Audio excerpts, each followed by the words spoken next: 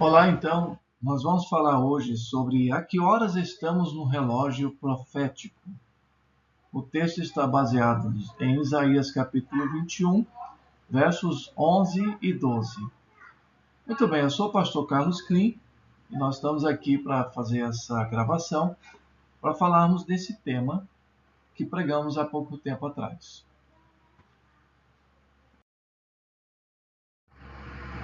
Nós temos aqui o texto hebraico de Isaías capítulo 21, versos 11 e 12. Ele fala, Massá Dumá Elai Coré Misair, ou seja, sentença contra Dumá, né, contra a cidade de Dumá. Shomer Ma Milaila, Shomer Me Ma Milaila. Ou seja, pergunta-me de Seir, guarda a que horas estamos na noite, Milaila? Guarda a que horas estamos na noite? Uma pergunta. Segunda linha, Amar, Shomer, Atá, Boker, Vegan, Laila. Ou seja, responde, vem amanhã, no caso Boker, e também à noite, Vegan, Laila. Aí continuando. In Tisvayun, Be Ayu, Chuvu, Etayu. Então, vem amanhã, também vem à noite. Se quereis perguntar, perguntai. Voltai, vinde. No caso, a palavra chuv. Aqui, no caso, a raiz da palavra. Muito bem. Temos aqui o texto hebraico. Então, diz sentença contra Dumá. Gritam-me de Seir. Guarda, a que horas estamos da noite? Guarda, a que horas? Respondeu o guarda, vem amanhã e também à noite. Se quereis perguntar, perguntai. Voltai, vinde. Nós temos aqui ao lado a imagem do mapa onde ficava a cidade de Dumá. Temos aqui a região de Israel, temos aqui mais ou menos o deserto da Judéia, né, a região onde ficava ali também o deserto do Sinai. Aqui do outro lado temos a região do Egito. Então, Dumá, onde está marcado aqui, ficava a nação de Edom, onde ficava também o Monte Seir. Então, a palavra Massá é traduzido como pronunciamento, visões, sentenças pronunciadas. Mas essa parte maior azul aqui nos mostra que a palavra, de acordo com Isaías 21, 11, né? Temos mais ocorrências no Antigo Testamento da palavra Massá, que ele é traduzido como sentença. Ou seja, ele usa um termo jurídico, né? Uma sentença contra alguém ou contra uma cidade. Ok? Temos aí o texto que nós acabamos de ler, aqui ao lado.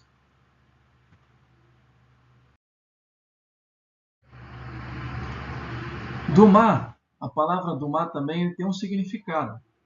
Ele significa silêncio.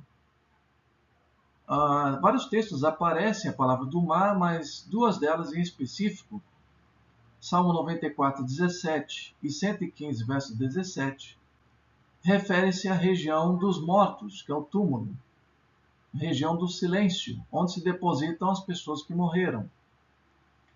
Então nós temos um recurso teológico chamado tipologia, né, que compara eventos do Antigo Testamento com o Novo, e se referindo também ao futuro.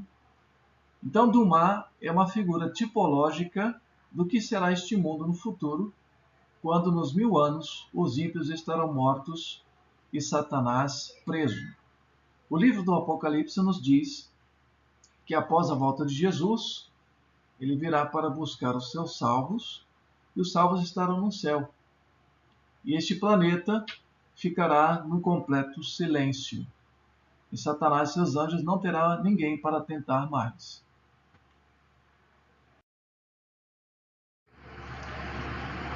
Interessante que nós precisamos saber qual era o caráter do fundador de Seir, na nação de Edom, onde ficava a cidade de Dumá. Nós sabemos muito bem que o fundador da nação de Edom, de Seir, foi Esaú.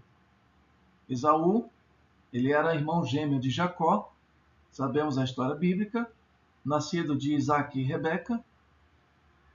E a Bíblia diz que Esaú era um exímio caçador, enquanto Jacó ele era mais caseiro. E Jacó ele valorizava mais as questões espirituais, enquanto Esaú ele praticamente menosprezava, desprezava. Mas como era o caráter então de Esaú? No Novo Testamento, Hebreus, capítulo 12, verso 16, nos diz assim: nem haja algum impuro ou profano como foi Esaú, o qual por um repasto vendeu seu direito de primogenitura.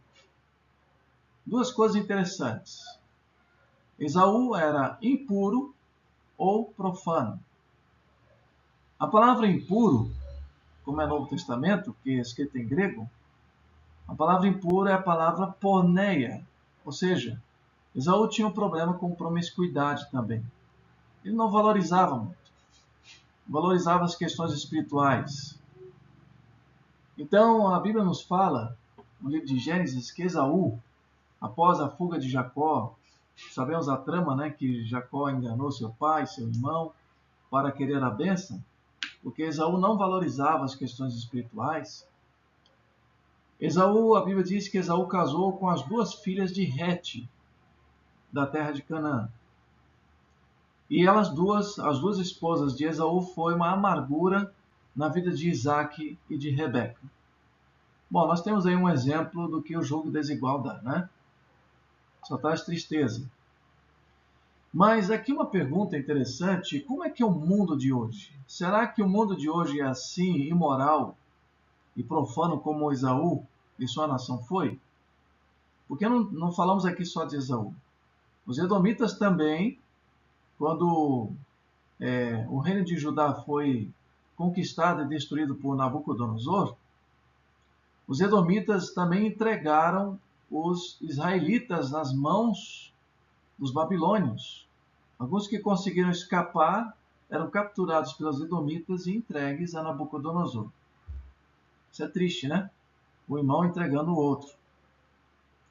Então nós vemos que Esaú, a sua nação, eles eram assim. Não valorizavam as questões espirituais. Então vemos aí um belo exemplo do que seria o nosso mundo hoje.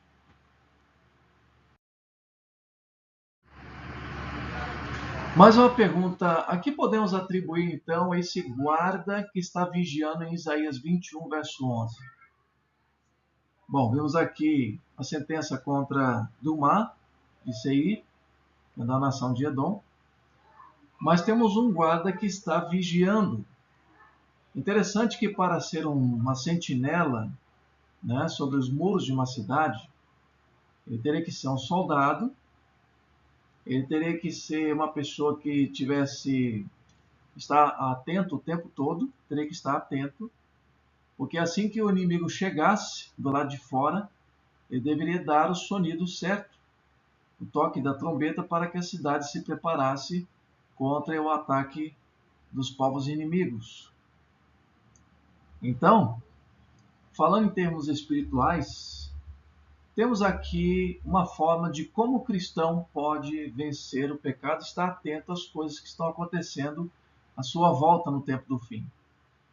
Mateus 26, 41, Jesus falou assim: vigiai e orai, para que não entreis em tentação. O espírito, na verdade, está pronto, mas a carne é fraca. Mateus 25, verso 13. Vigiai, pois, porque não sabeis o dia e nem a hora. Mateus 25, verso 6. Mas à meia-noite ouviu-se um grito, eis o noivo, saí ao seu encontro. O termo meia-noite, Jesus conta na parábola das 10 virgens, que todas foram tomadas de sono, mas um arauto aparece à meia-noite, anunciando a chegada do noivo. Os casamentos no Oriente Médio são muito diferentes do mundo ocidental. No mundo ocidental, A noiva é a última a chegar na cerimônia. Já no Oriente Médio é o contrário. O noivo que decide que horas ele vai buscar a sua noiva para ver a festa. E Jesus fala que à meia-noite ele manda alguém na frente, um arauto, para gritar: eis o noivo chegando, saia a seu encontro. Então nós vemos que dentro da tipologia bíblica, esse arauto que anuncia a chegada do noivo, que faz um paralelo com a sentinela de Isaías 21, verso 11, podemos afirmar que é o povo do advento, o povo que está aguardando a volta de Jesus. Jesus é o noivo, a igreja é sua noiva, e o arauto, assim como também a sentinela, deve dar o sonido de que realmente é a chegada do noivo. Há um momento que está chegando, e Jesus está perto de voltar.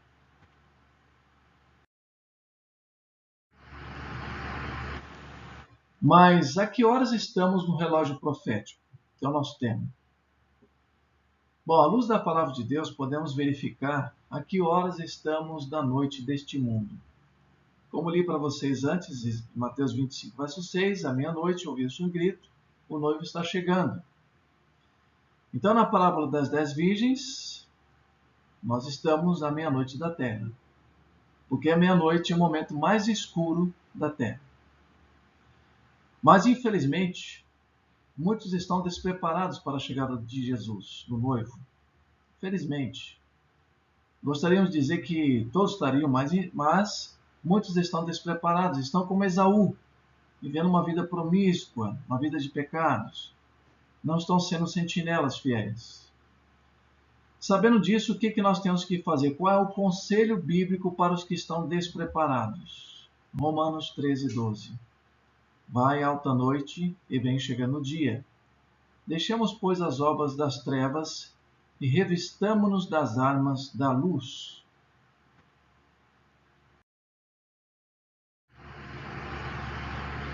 Bem, estamos em um momento em que as trevas morais e espirituais estão presentes no nosso planeta. Isso é verdade. Por isso, nós queremos dizer o seguinte: olha, nós estamos em um momento ímpar da história do nosso mundo. Eu sei que o mundo teve muitos acontecimentos, muitas coisas ocorreram, mas esse momento que nós estamos vivendo é um momento ímpar da história. Por quê? Os acontecimentos que antecedem o retorno de Cristo estão acontecendo de modo rápido e simultâneo.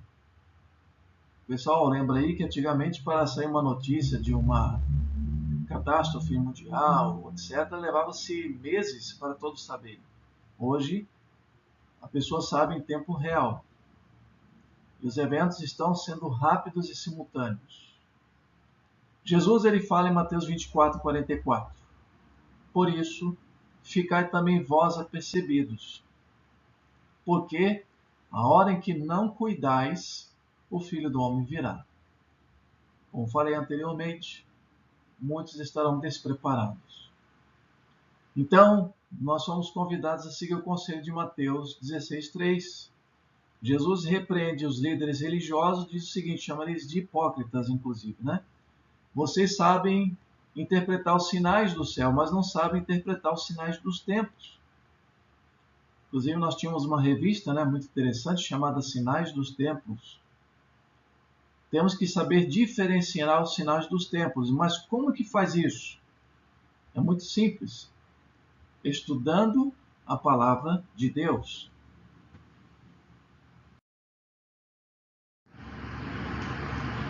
Mas o que devo fazer, já que estamos nas últimas horas do relógio profético? Além de vigiar, além de orar, precisamos o quê? Vigiar, orar. Precisamos abandonar as obras das trevas, revestir das armas da luz. Nós também temos que fazer outra coisa. De acordo com Ezequiel 33, de 1 a 9, devemos manter a guarda.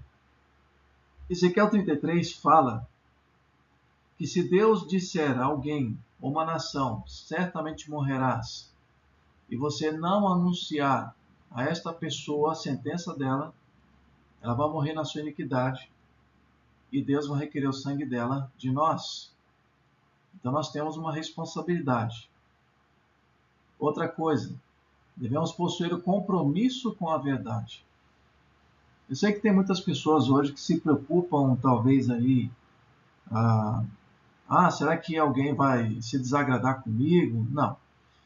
Nosso compromisso não é com pessoas, é com a verdade da palavra de Deus.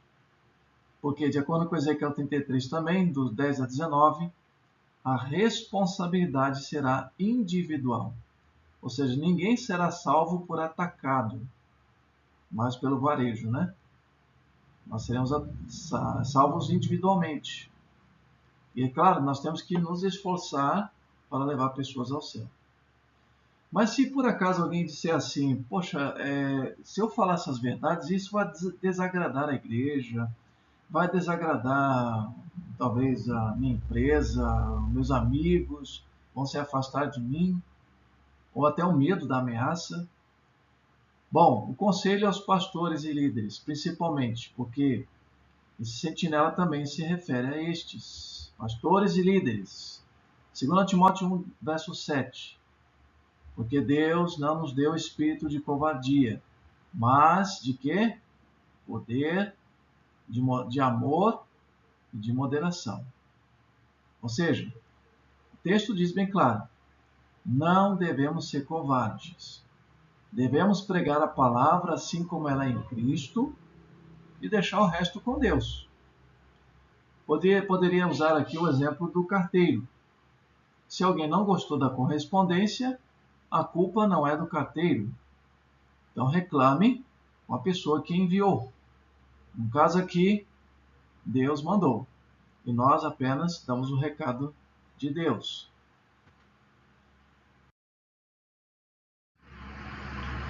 Então, para concluirmos,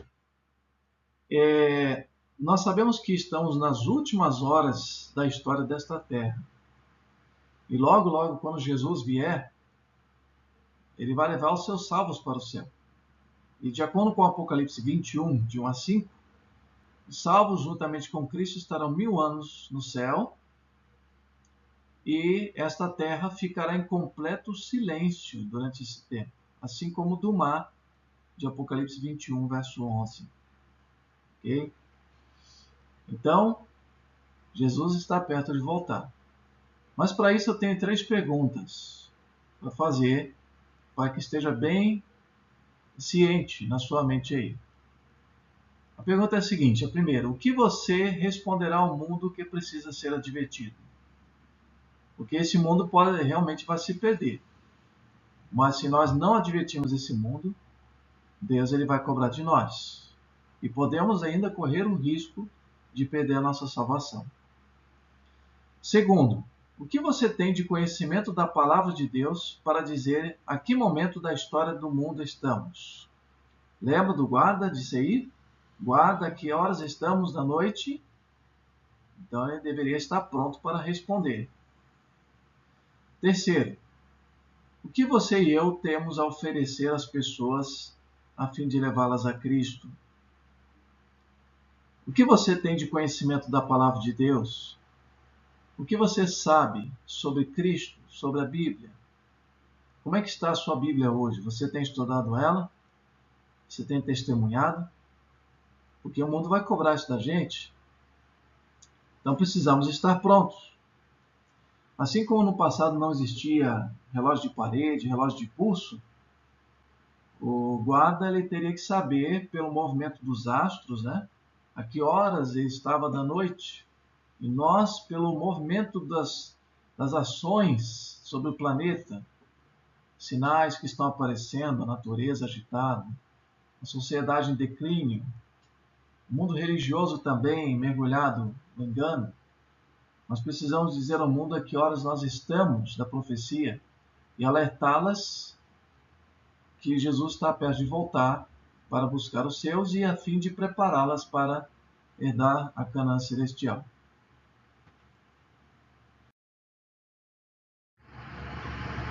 Bem, eu termino aqui com um apelo, fazendo 3 apelos.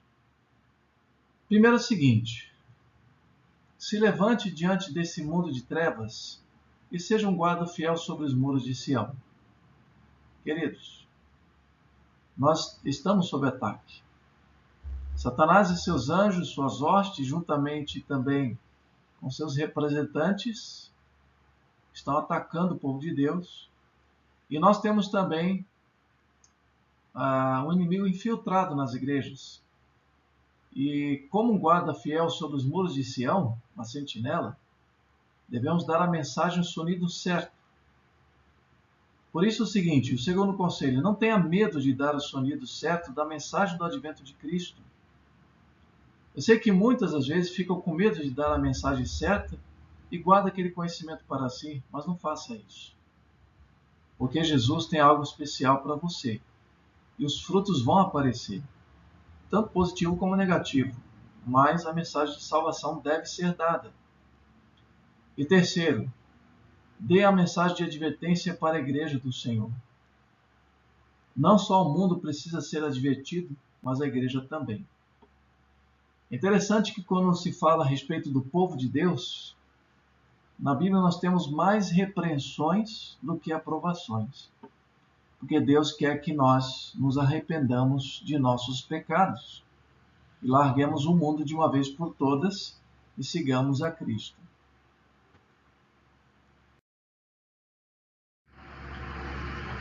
E terminando mais uma vez aqui, Isaías 21, verso 11, para que lembremos o texto central, guarda, a que horas estamos da noite? Guarda, a que horas? Estejamos prontos. Estejamos prontos para responder ao mundo, responder à igreja, responder às pessoas a que horas nós estamos no relógio profético. Estamos nas últimas horas, estamos nas cenas finais. Jesus está perto de voltar. Que Deus te abençoe, em nome de Jesus, e que realmente possamos, sem medo, falar da breve volta do nosso Salvador. Amém.